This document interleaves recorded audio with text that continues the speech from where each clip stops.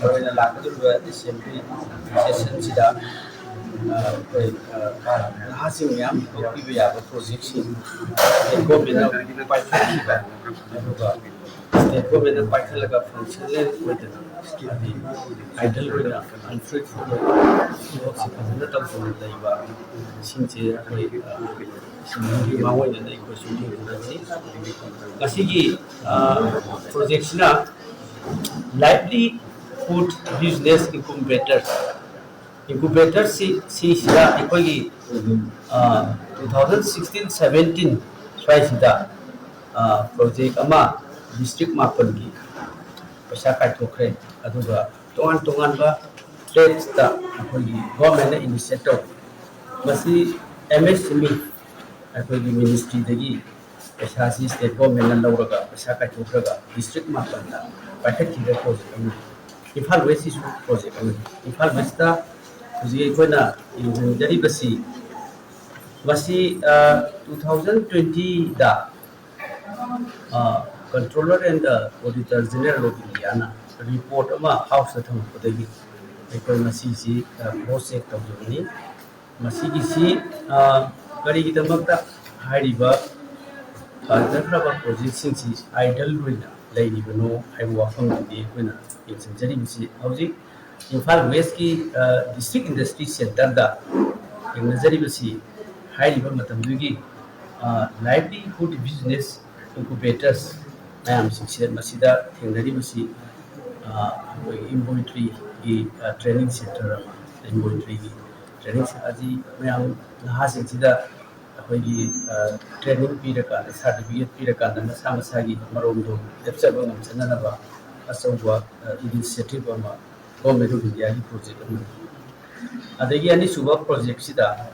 अखोगी Maggi manufacturing अखोगी noodles making अखोगी project अमा सिदा लई अदु हाइबदो नेशनली सेंटू यादगी CM की तौरी है fruit processing unit functional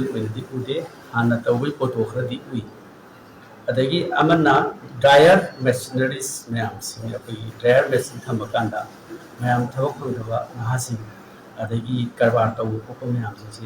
सिदगी training तौबा अदगी मदु यूज तौबो पोको मैम से सुमाइना thousands of youths unemployed youths in Sugumbo MSME की मखादा असी खुदों चाबसी ट्रेनिंग पीवा स्किल प्रोग्राम अदगी मसा मसाना युद्ध थबक तौदकी याननबा सर्टिफिकेट पीवा गाइड पीवा अदगी प्लस अखोगी लेरिबा मैम अखोगी सुगुंबा एंटरप्रेन्योर्स मैम सिदा लिंखलगा हाइरिबा अखोगी डिस्ट्रिक्ट सिदा मसी पाइखत डिस्ट्रिक्ट मापन पाइखत इम्फाल वेस्ट अमनी हुजी पोती अखोना उबदा एम्ब्रॉयडरी लोइनमक फेल होय हैबदी नति अनंबना अखोय उबा फंगदबा रिपेयरिंग चटकी सेम पोकी लेबसी को सुमान तोबा अदुना अखोय मसी हेना इफेक्टिवली पाइखत लगना youths मैम थबक हेना एम्पावर तोबा थबक हेना इकोनॉमिक एक्टिविटी हेगलबा गवर्नमेंट की फजब प्रोग्राम है अदुगा हौजिक अइना ताजबदा सिगी मैम से अखोय इंटरेक्शन तब मतमदा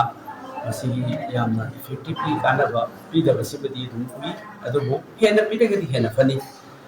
अखोय की हाइरिबा PPP मॉडल मसिदा पाइखलिबसे पाइखलिबा बिसु कानन अदुगा मसाइगी गवर्नमेंट ना मसिगी अहोब अमा लेबा उरिबसिदी अखोय की पाइखत कदबसिंग मशीनरी मैम मसी यामना अप टू डेट नतब machine low standard machinery supply तौसल जगह मफम चाह पीदब lack of management industry department फजन सेटअप तौनब होटबदा वर्कसेट पीगदब अदगी मागी सेंटरसिंग लेगदबसिंग मफम चाना चाना तौरगा मैनेजमेंट अमा तौरकादा PPP मॉडल दा फजन पिथोकदबदो सपोज मशीनरी में पोरे तांगो मशीन पोरे पोराकांदा अमुक मसाई मागी वर्कसेट लेतबा अदुना मरम मुरकांदा अदुम हेक होगदगी हाइबा प्रोजेक्ट से 2016 17 दगी हेक होगदगी अदुम मशीनरीज मैम से फंक्शन तौको हाइबदी प्रॉपर जगह पीदबा प्रॉपर मैनेजमेंट अदगी हाइबा मैम से अदगी कोऑर्डिनेशन प्रॉपर लेक ऑफ अदगी कोऑर्डिनेशंस मैम से हाइबा पाइखलिबा यूनिट सिंसिगा मसी असना पाइखतबसिना thousands of youths in Manipur masi sugu khudong chabu phangada phangtab aduna masi si tapna adi akhoi the futures youths sida asale the desperate ko sugu mamai hamse koina masi government na tumi ne ko ya masi faja investigation tawi